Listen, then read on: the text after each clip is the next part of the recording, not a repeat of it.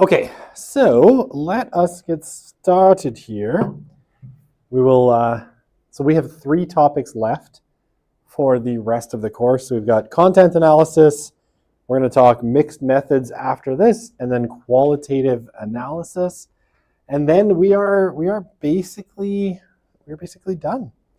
So we're very, very close to having everything wrapped up in the course. So, and it's good.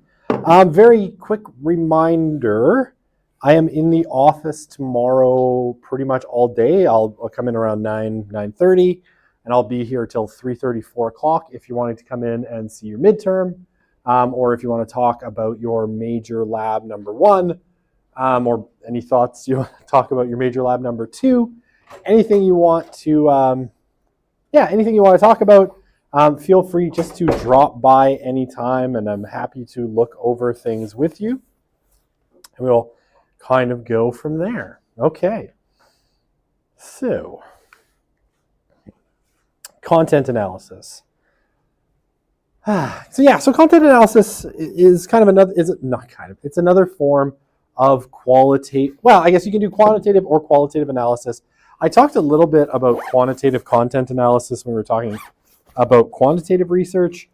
It is I find it a little bit boring. It mostly involves counting, phrases or words or themes that reappear in a certain form of media. I've known people who've worked with it, and it is not my favorite. But content analysis is pretty commonly used in certain forms of qualitative research. And basically, you examine and code document text and other media outputs. And basically, text, people will refer to almost anything as a text.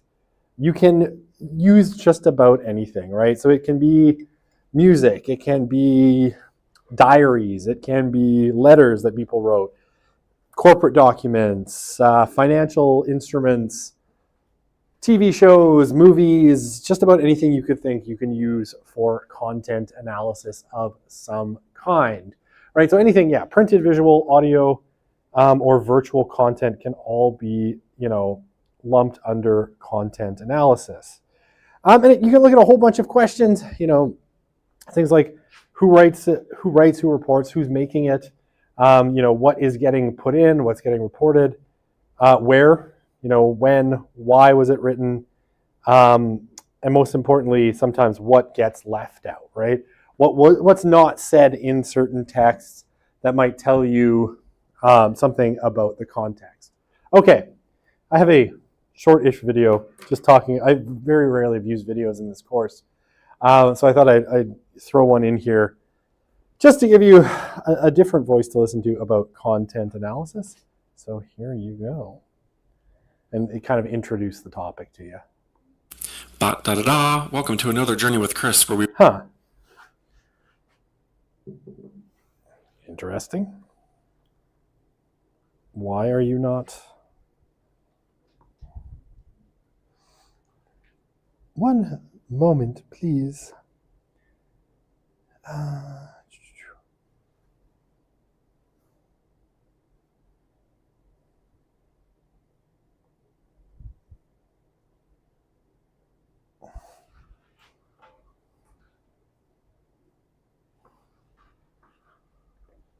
That is odd.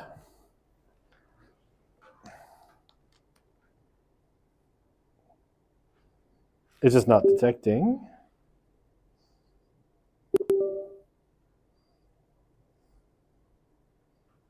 The HDMI, I don't think,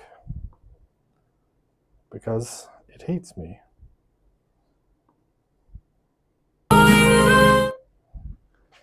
Yep. Ugh.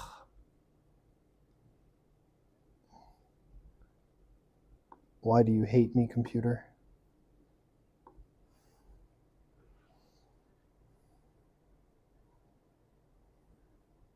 Output device. It has no other output device.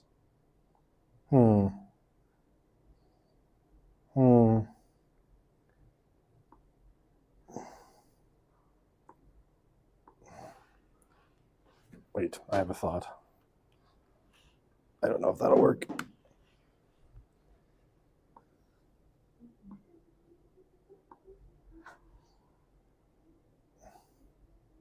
You will obtain new levels of knowledge and awesomeness. There we go. Hello, scholars. Today we're going to journey through unobtrusive research. On our journey, we're going to cover content analysis, the process of conducting a content analysis, and the strengths and limitations of content analysis. So what is unobtrusive research? It's research that does not collect data directly from people. So we're not going to interact with people whatsoever. And there's a bunch of different types of unobtrusive research, but for this class we're just going to cover one, and that's content analysis.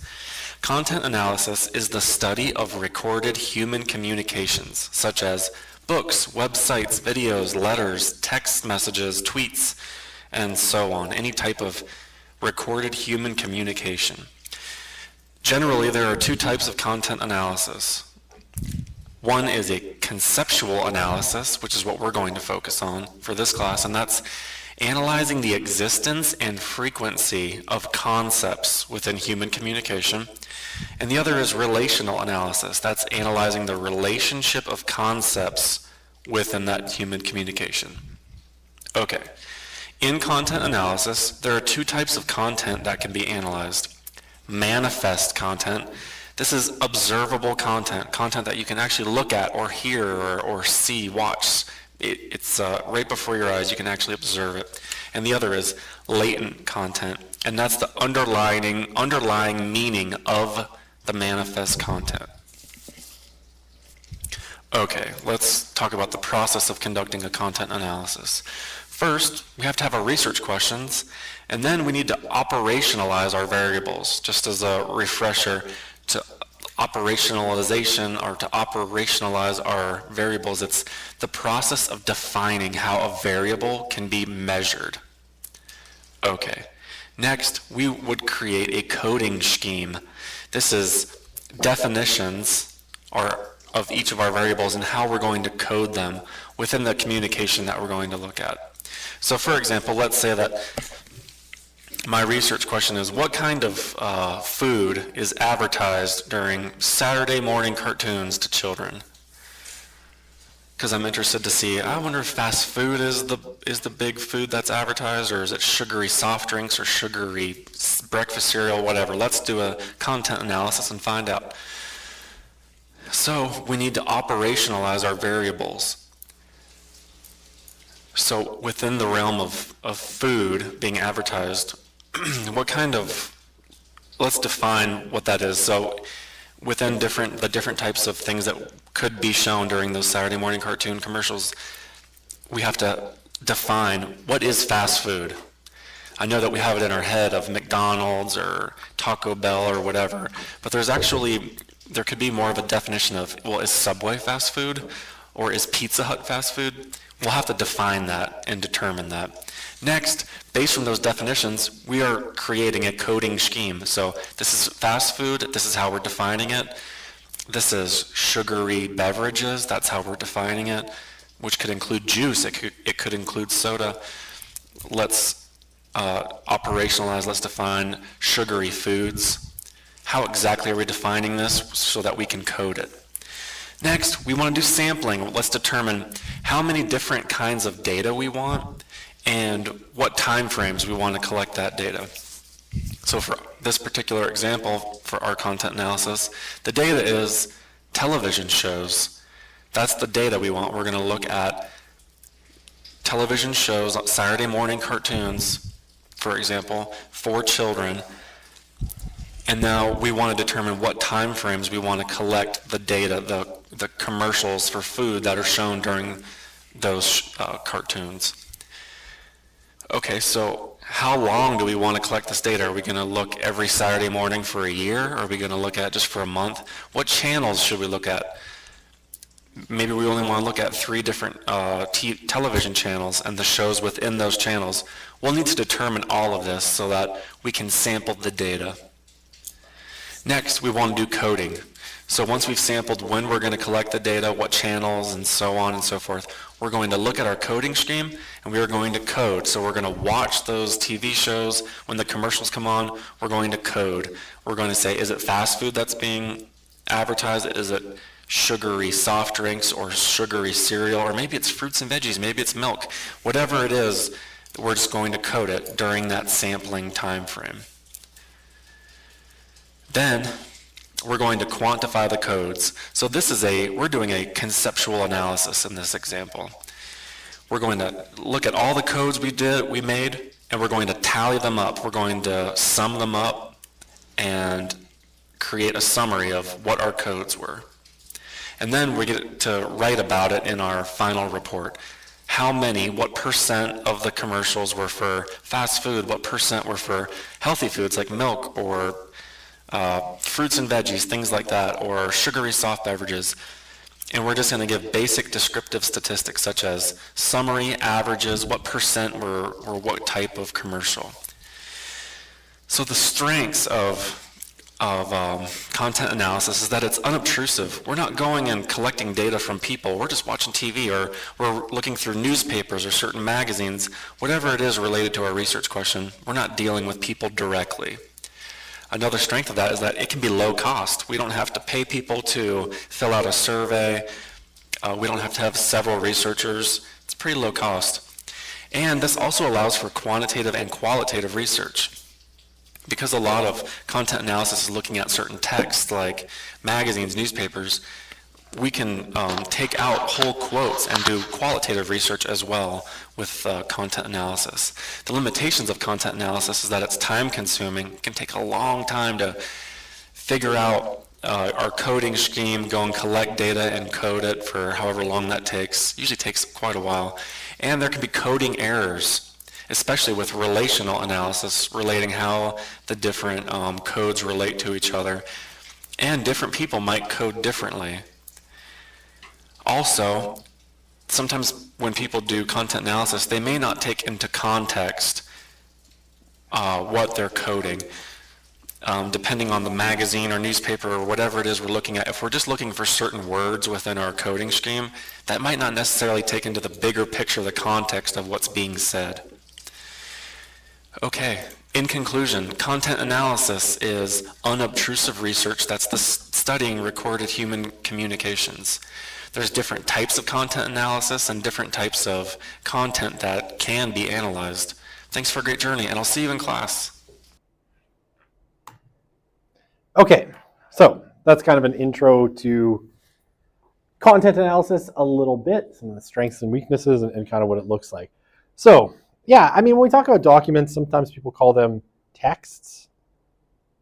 They can be just about anything, right? So any source of data can ultimately, typically be a text or a document. It can be read, right? And typically, these are things not specifically created for the purposes of social research. So, lots of things: letters, diaries, autobiographies, TV shows, commercials, websites, photographs, right? All of these things are texts that you can use in doing a kind of content analysis. Yeah, and basically, if the key kind of thing that's useful about content analysis is how unobtrusive it is, right? It's probably the single type of qualitative research that you can do that you do not have to worry about reactivity, right? There is no reactivity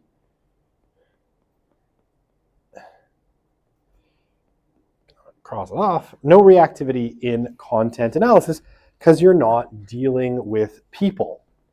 The other nice thing about content analysis, I don't know if I have this on another slide, is you don't need ethics, right? There's no ethics involved in content analysis because you're not actually dealing with human subjects, right? You're dealing with things produced by human subjects, but not human subjects.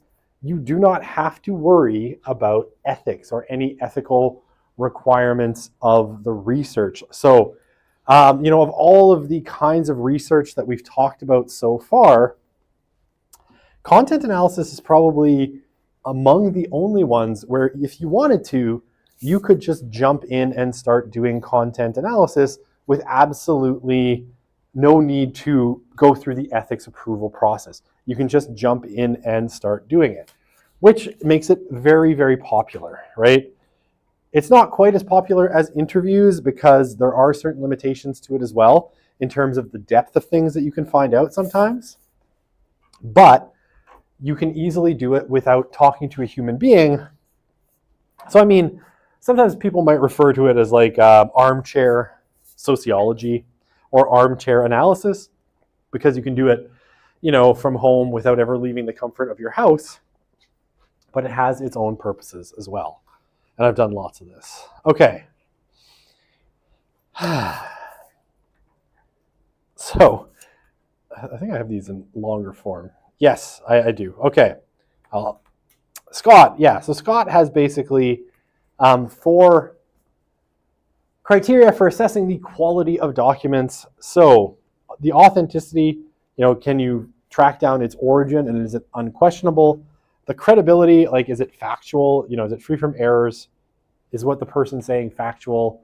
Or are there distortions or factual inaccuracies? Representativeness, is it typical of what you're trying to study?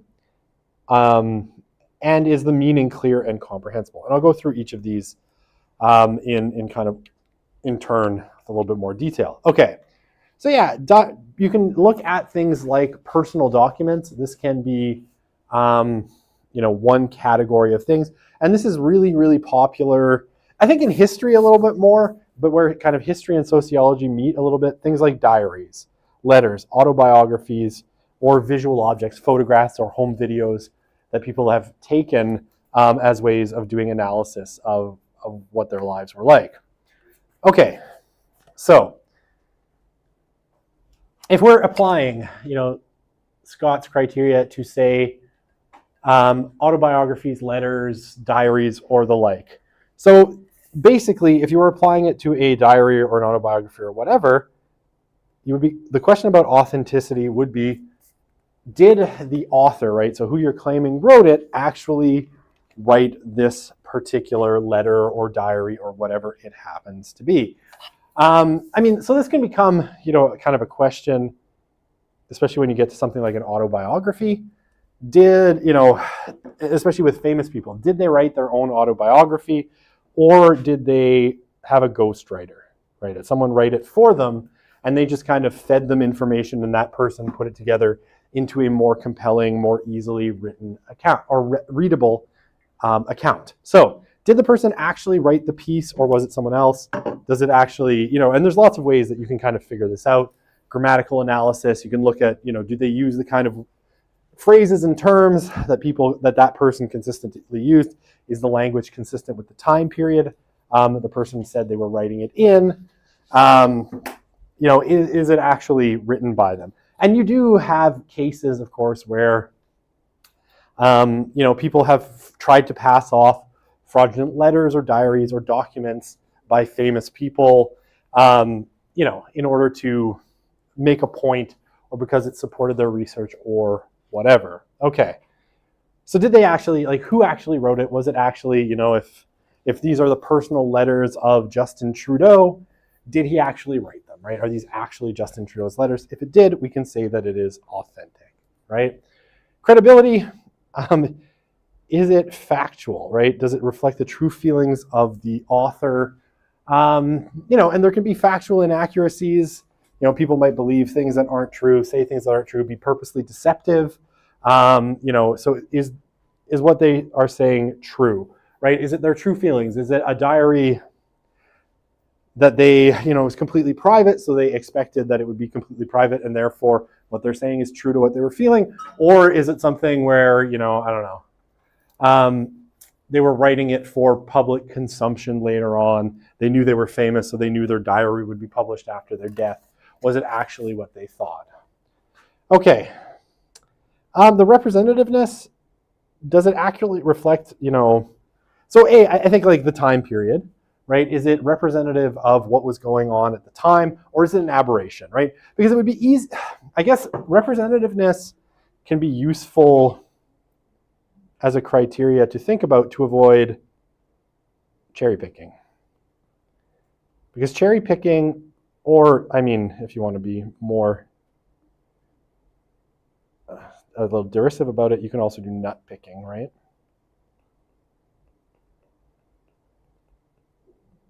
You don't want to do either of those. So it's easy sometimes to find, say, if you're doing content analysis, and I've seen this done actually a lot of times with television studies especially, where people will pick a text that they really like, that they think is wonderful, and then they want to use it to broadcast out the broad views of a whole society, right? So you take something like, I'm trying to think of what it is. You wouldn't have, this is a completely useless reference because you have no idea what I'm talking about. It's all like Eastern European TV. But let's say you pick something that's like a TV show or radio program that's really critical in Russia of, say, Vladimir Putin, but it's like some little internet show on YouTube that like 25 people watch, right? You're not then picking something that's ultimately representative of the views of Russians. So you couldn't be like, and this is what Russians clearly feel about Vladimir Putin, right? So does it represent accurately what's going on, people from different classes, genders, or are you cherry picking, something to prove a point? You know what cherry picking is, I'm sure. Or nut picking, picking kind of radical fringe voices, again, to make a point, right? Again, you might see this, you see this, I think sometimes academics will do this in relation to right-wing political movements, right? Rather than taking someone who's a kind of a mainstream political thinker on the right, they'll pick someone who's very fringe, towards almost the neo-Nazi side, to make a point and to paint, the right side of the political spectrum as a bunch of kooks. But what they're really doing is just nut picking. So you don't want to do that. You want to make sure it's representative of the time period and the people who are part of the kind of group that you're talking about, rather than, something that helps you prove your point. Okay. So, sorry, does that make sense? I went the wrong way. Does that kind of make sense for those 4 criteria? And meaning, of course, right? I didn't have meaning there, but is it clear and comprehensible, right? You want to take things that don't have really ambiguous meanings, or, that might be misconstrued, or that you don't know what people are actually meaning by them. Sorry, does that all make sense? Okay. Pardon me.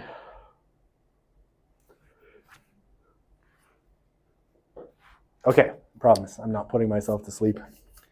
My daughter had horseback riding lessons last night. We didn't get home till 11, so and then a long time to get to sleep after that. So it's cold outside to do horseback riding.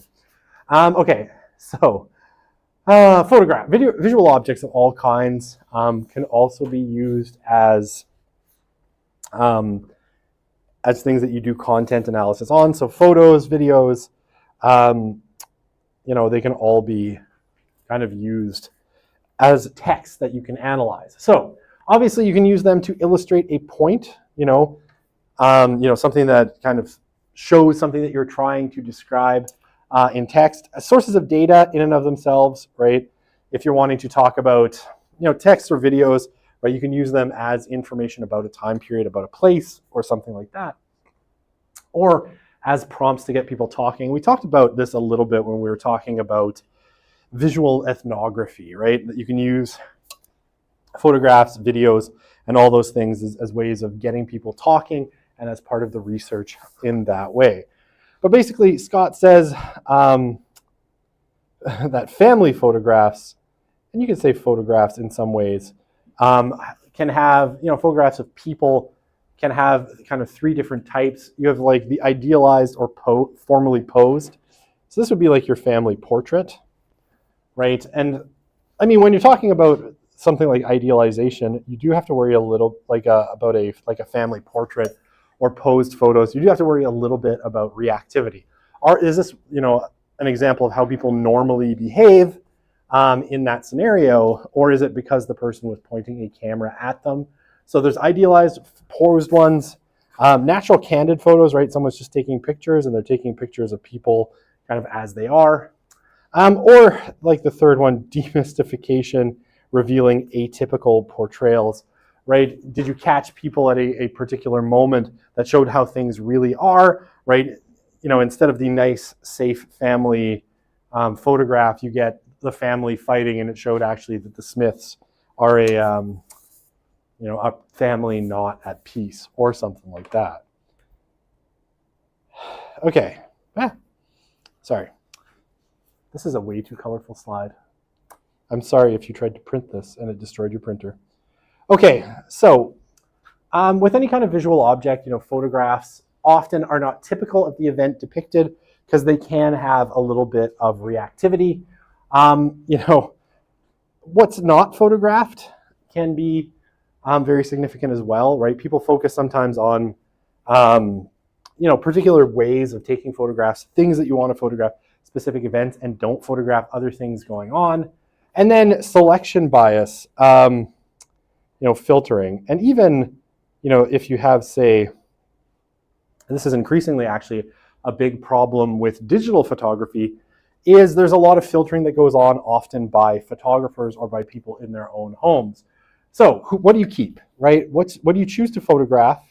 What do you keep, right? When you put the photographs off the off your phone or off the digital camera, what's kept, what's thrown away.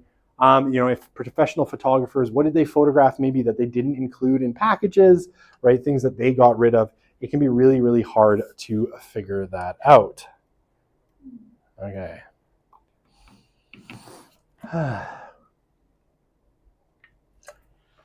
Okay. Another form of content that you can look at, all sorts of things like government documents. So any kind of report, right? If there is, official reports like, I'm trying to think, things like the Truth and Reconciliation Commission, any of the any of the commission, I can't remember, I'm thinking like Massey Commission is the only one I remember.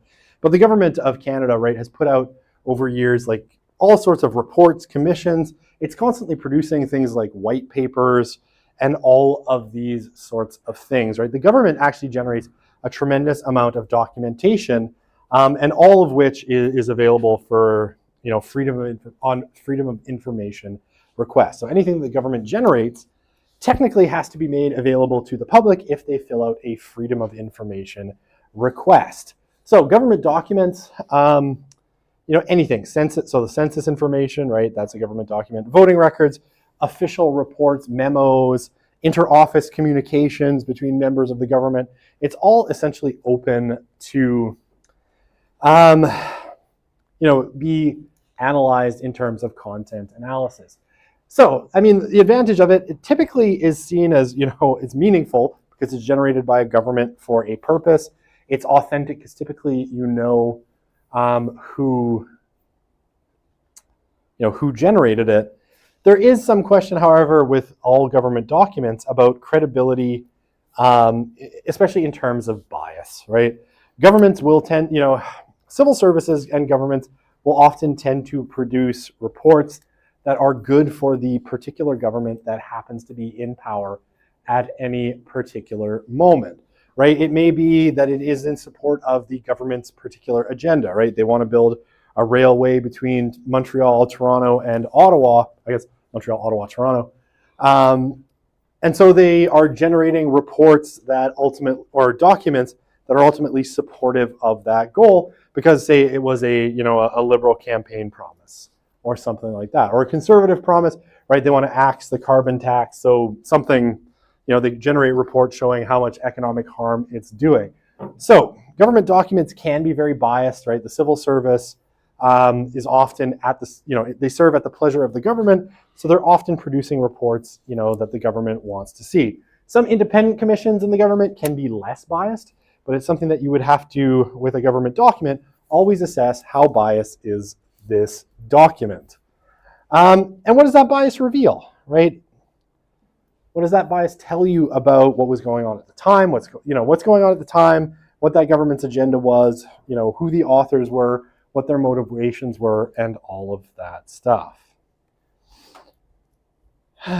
Okay. official documents from private sources. So the most common one is companies, right, or other private organizations.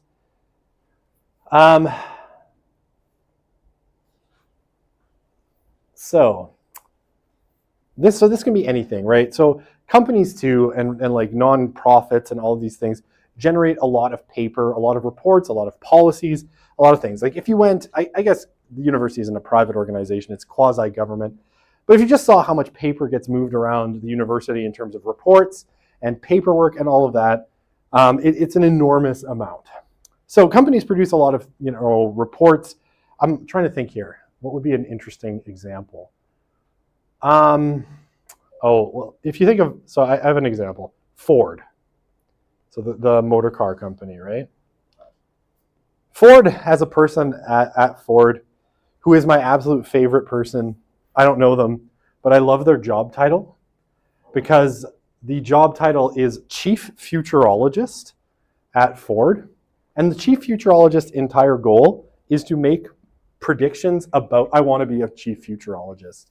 If I get my way, and it's like, could I pick my job title? I want to be Chief Futurologist of the University of Alberta. I don't know why, it sounds much cooler than like assistant professor, right? So much cooler.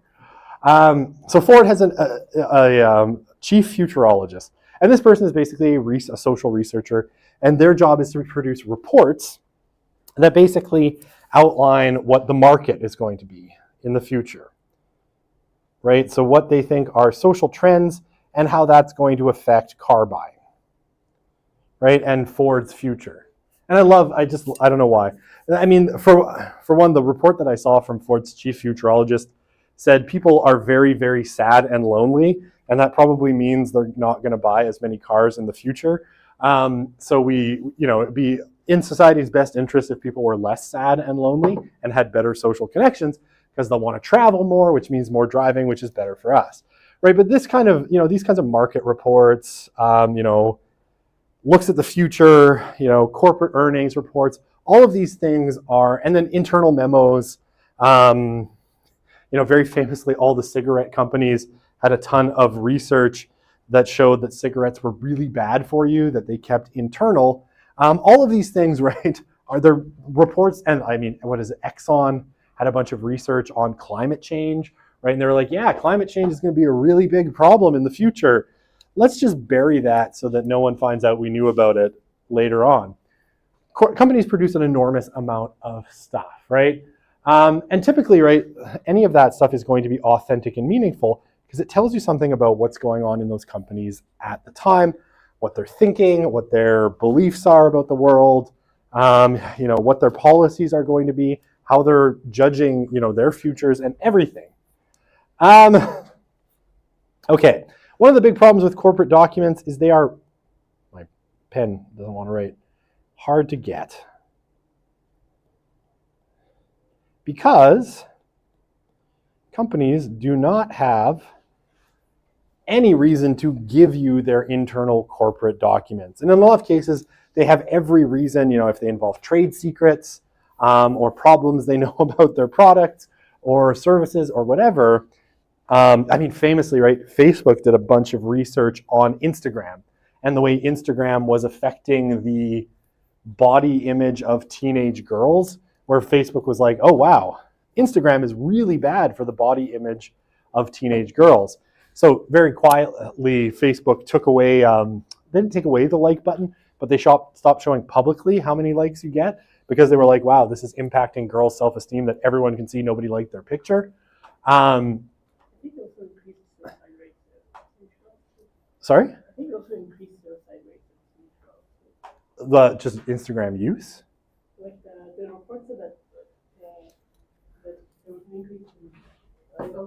was an increase in suicide from girls because of Instagram. Yeah, because they were getting so much negative feedback on their images, and all sorts of strangers were saying weird things to them. Yeah, that was internal to Facebook until someone leaked it, right? Facebook didn't release that publicly.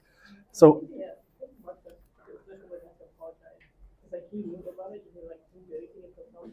that's because he's not human. He's a lizard man in a human suit.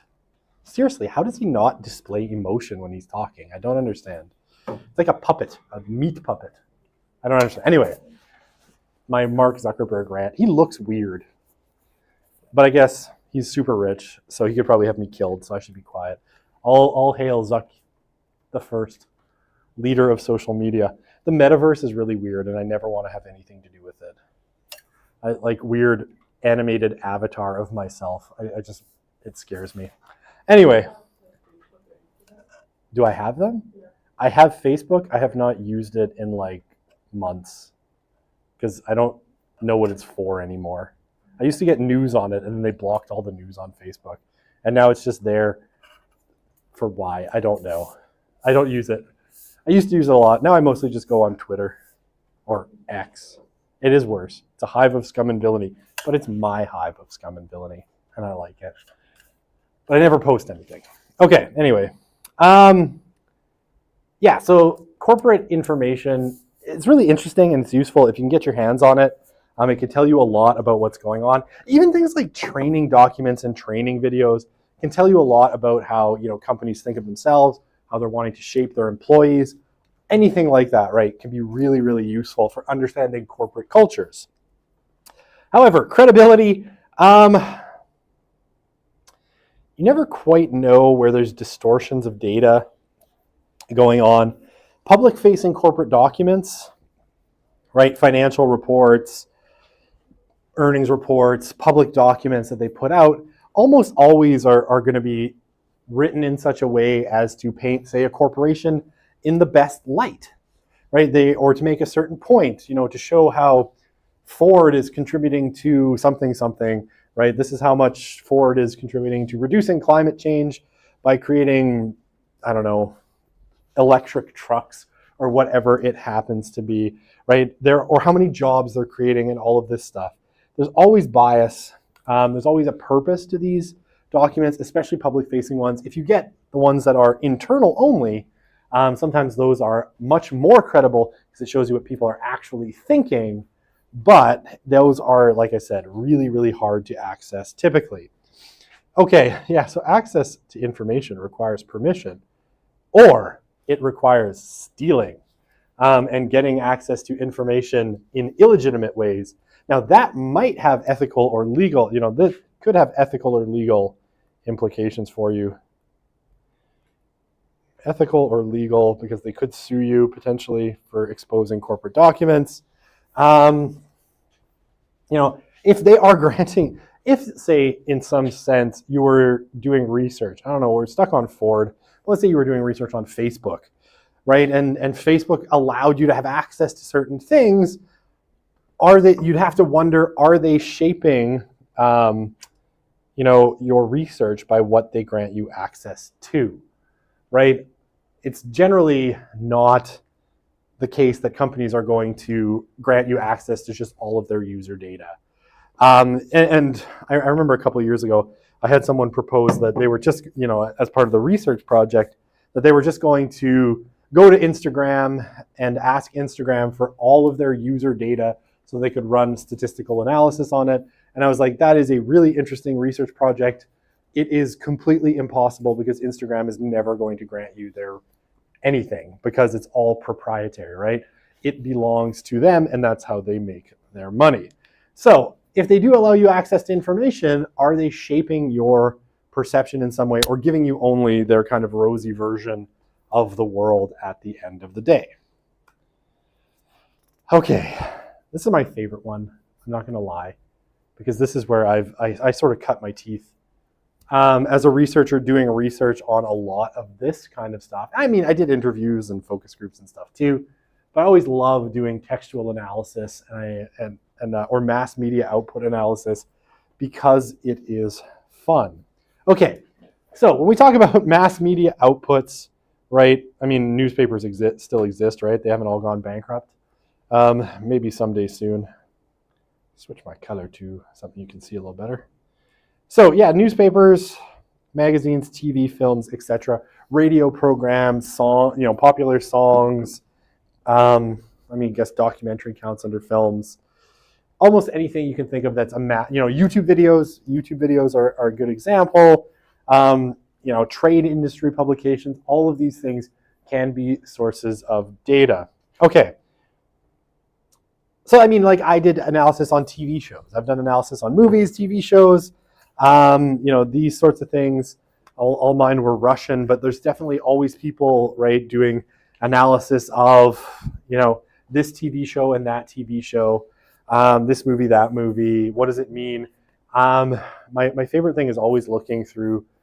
There's a media association called SCMS, the Society of Cinema and Media Studies, and I'm always amused to look through the kind of schedule of their annual conference, which actually should be happening soon, and seeing the fact that there's still people like doing research on the films of like Charlie Chaplin or Sergei Eisenstein, just proving that once you put something out in the world, people could potentially be analyzing it for 100, 150 years and finding new things in them. Okay, one of the things with mass media outputs, and this is especially true of films and television, authenticity can be hard to ascertain, right? So if I said, let's think of a random movie. We'll say The Marvels, right? This just came out recently. Marvels.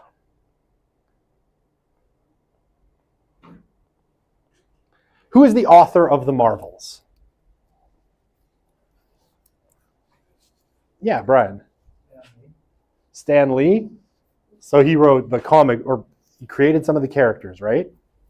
Okay, but did he write the film script? He couldn't have. He was dead by the time the film came out. Yeah, please. You can find out who the writers were, but ultimately it is Kevin Feige and the board of Disney. So what if there are like 7 writers? Because this Kevin Feige and Disney, so they won't. So they wrote it, but it doesn't matter. It changes based on what Kevin Feige, but even not even Kevin Feige was the one. So Kevin Feige, It's like there, but it doesn't really matter. but he doesn't matter. So it's Disney. And it's, I guess, board of directors. But who is Disney? Who is the board of directors? How much input they had? Yeah. We don't know. We don't know, and that's the problem, right?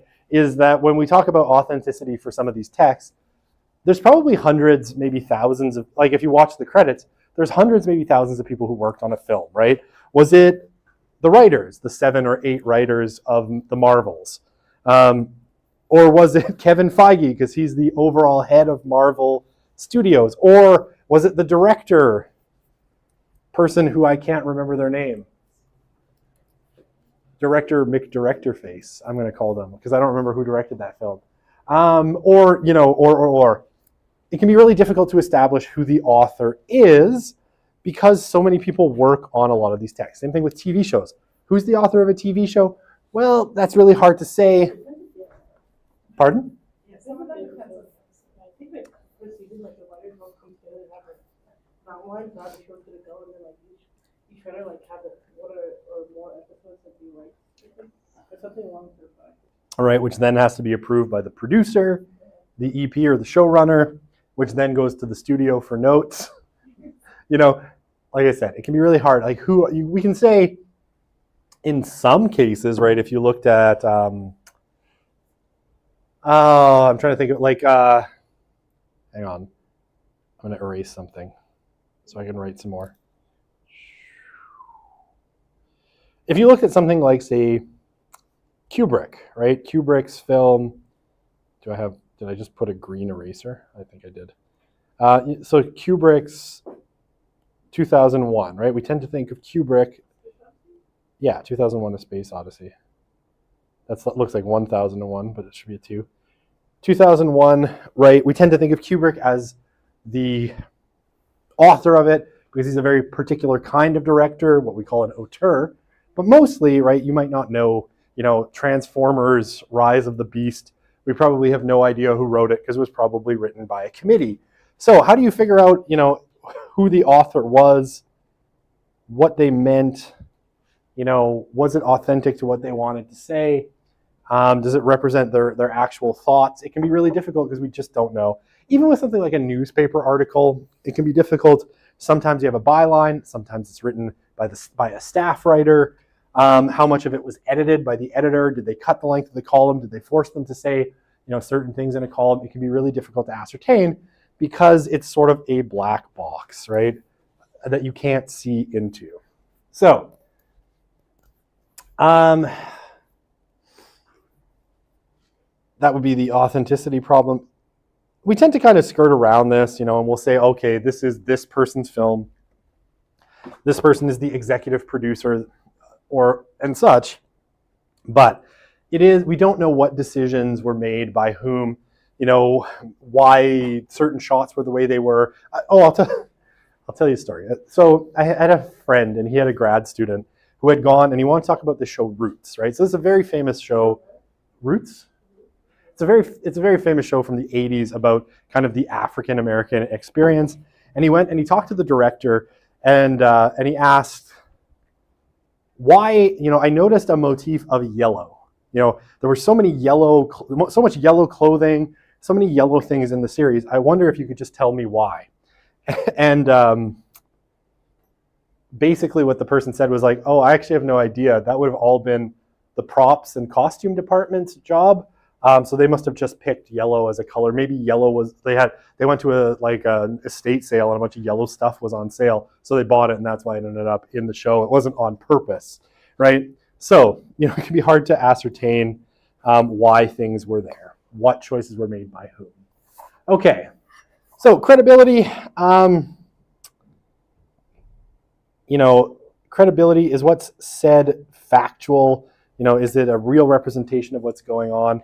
Often with kind of these media kind of outputs, some of the process of doing the analysis is figuring out what some of the distortions are or the errors and where they come from. Where is the point of view coming from? How did it shape, particular kinds of representations or the way things are made, how things are written, and all of these things.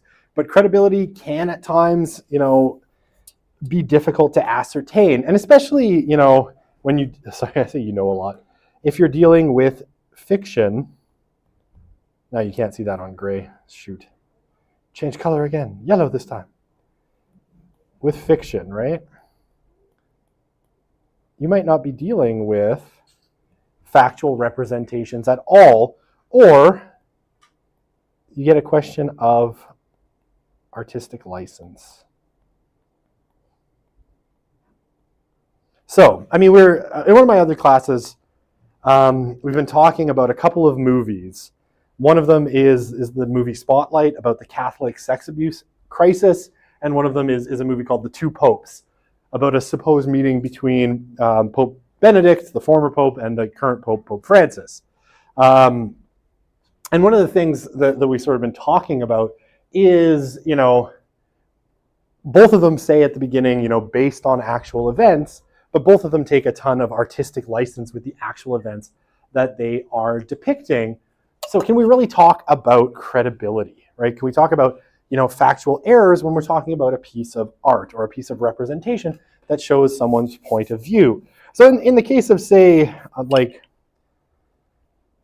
Two Popes, right? It's a movie where basically they have these two popes in conversation with each other, even though the two men never had this conversation, kind of presenting two different views of the Catholic Church. And, from that, we're asking, can you, is this a credible representation given the fact that this event never actually happened? And, I think we kind of have to question then, they present Pope Francis, who's more liberal, in a very flattering light, Pope Benedict, who's very conservative, in a less positive light. And so part of our job in that class has been this work of, uncovering the errors or the distortions as our object of analysis, right? What does it say about the people making the film and their perspective and their point of view that they put certain things in, left certain things out, presented things in a certain way? So, wow, this is my most colorful slide of all. So yeah, this is a question. It's a hard one to answer with some media outputs because with television, films, and other things, sometimes you're dealing with art, right? Or at least things that have the pretension of art. So what can you say credibility when they're, taking artistic license? So that's something we need to think about. And then representativeness, right? Publications, yeah, sometimes represent particular interest groups and have to do so to keep an audience. So are they representative of the whole culture, right? So context ends up being important. And here I think of like the podcast space, right? There's increasing amounts of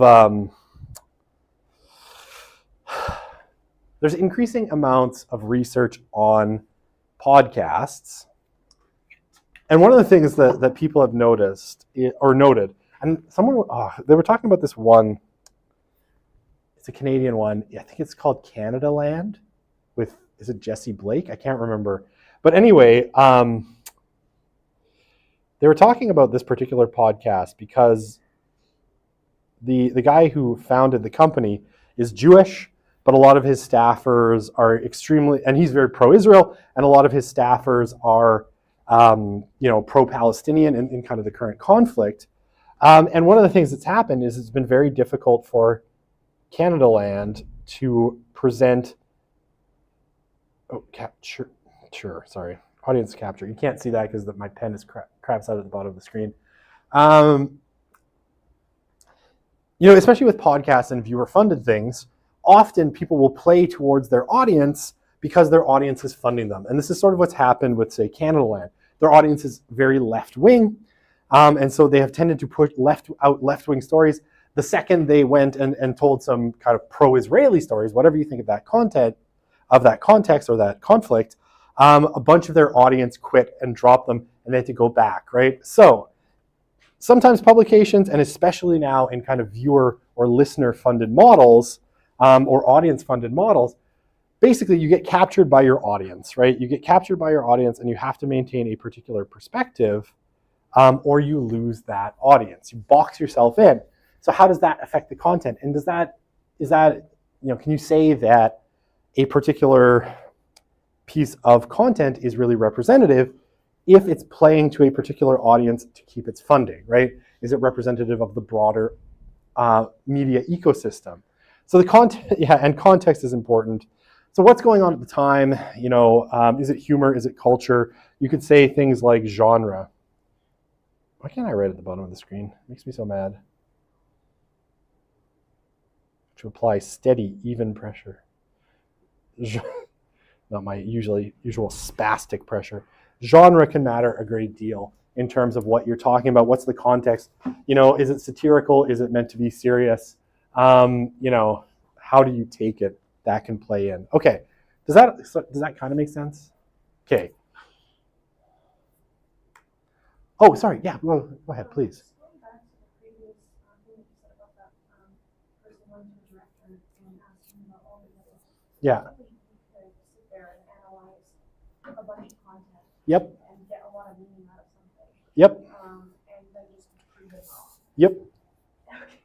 And then in that case, we should go ahead and try to, let's assume you can have access to a top department.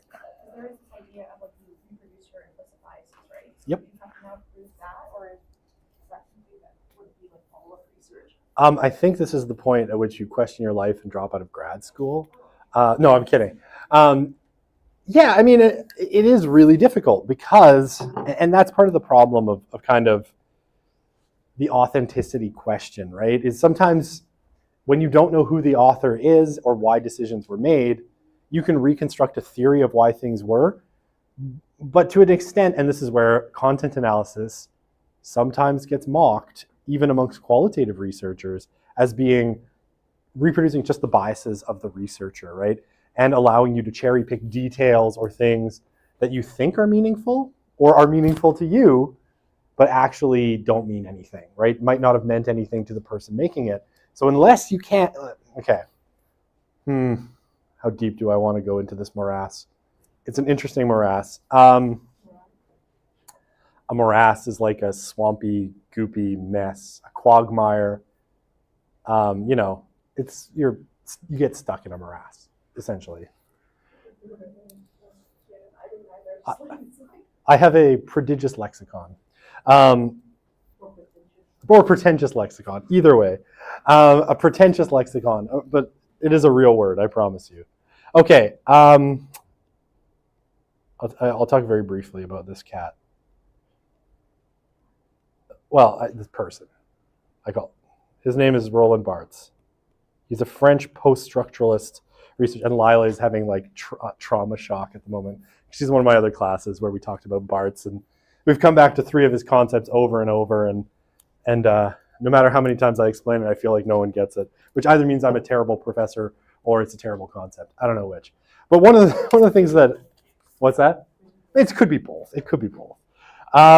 He wrote a book called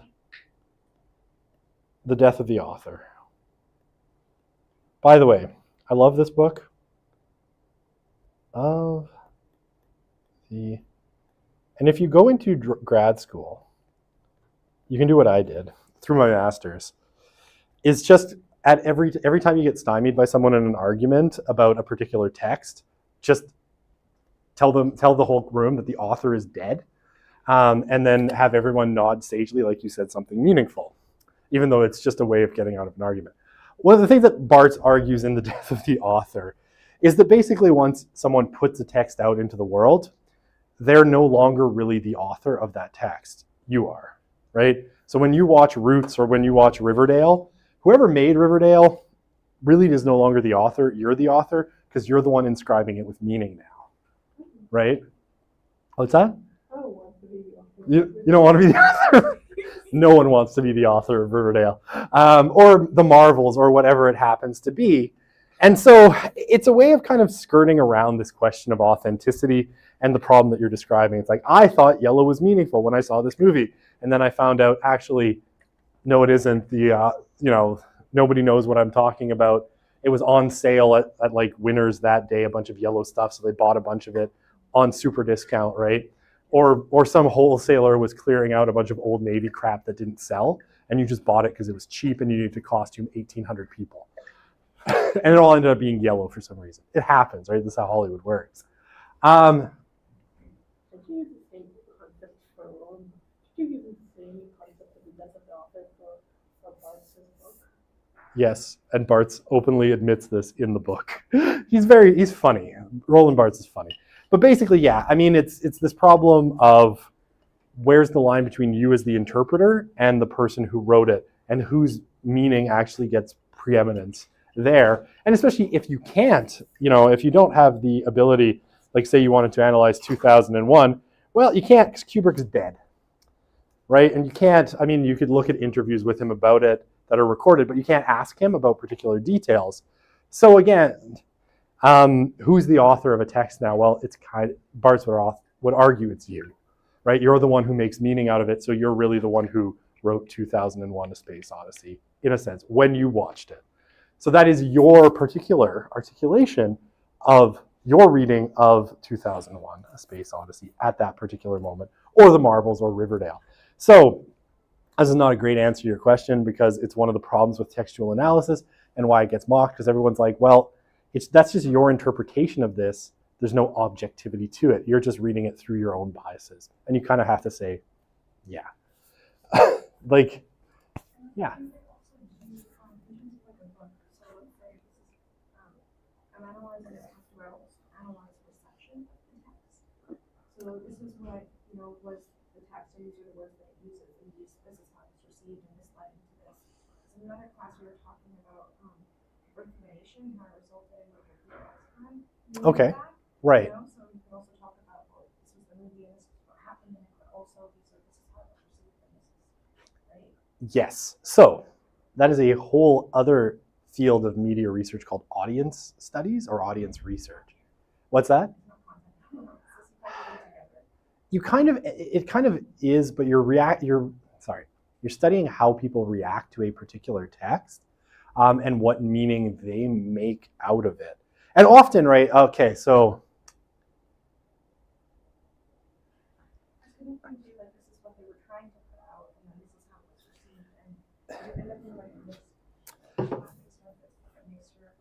yes. I'm trying. Sorry, there's I could tell you about this because you've wandered into one of my areas of expertise.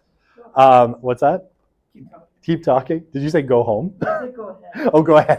I was like, Joan, that's awfully aggressive of you. Okay, so there's a couple of texts we could talk about here that are interesting, and for one reason, I am forgetting the title of one of them that's really, really kind of fun and interesting. So in the 1980s, there was this show called Dallas, right? Dallas was like an evening sitcom. It was super popular. It was like the most popular show in the world. There was all sorts of fears that, it was going to make everybody just like Americans because everybody was watching it. Like in northern Finland, reindeer farmers would abandon their reindeer herds when Dallas was on the air to go watch Dallas, right? And so people were like, oh my God, they're all going to become like Americans. You've never heard of Dallas? Yeah, it's an old show, right? And it came and went, and it didn't have the cultural impact that people were like, oh my God, Dallas, it's going to conquer everything. But it generated a whole bunch of kind of weird research about audiences. So a researcher named Yane Ang did research in the Netherlands on Dallas, and it came out as a book called Watching Dallas. And basically she put an ad in the newspaper being like, hey, I love Dallas. If you love Dallas, I'd really like to talk to you. And she mostly got women, and they all talked about what meaning they made out of Dallas. And it turned out it ended up being very contextual, right? Another researcher, his name's Elihu Katz. I can't remember the book he wrote. It's going to bother me until Elihu Katz. So Elihu, Katz, K-A-T-Z. And he basically did the same thing, but in Israel. And so basically what he did, and Israel was a really weird amalgam at the time, because you had in the 80s, kind of Western European Jews, Russian, or Soviet Jews that had moved there, Jews from North Africa, and then kind of Palestinian Jews who've been there for centuries. And he showed all of them Dallas, and basically said, I want to hear your what you think this show means. And it was like for Moroccan Jews, and Dallas is like a dysfunctional family show, right? It's like all the women are cheating on their husbands and sleeping with a bunch of men. It's all about money. It's an oil family from South Texas and all of the kind of crazy. What? Personal Influence is a different one. That's Katz and Lazarsfeld. That was written earlier, but he's also a co-author on that one. I could talk about that one all day long too. But for that one, you have to come and take SOS 444 with me, which is. Nope, that's not it either. It has Dallas in the title. I just can't remember what it is. I can find it for next time, but I can probably find it quickly. But okay, so he showed it to all these different groups in Israel, right? And it was funny because they all read it according to their own context. It's decoding Dallas, of course. That makes sense. If that's cat.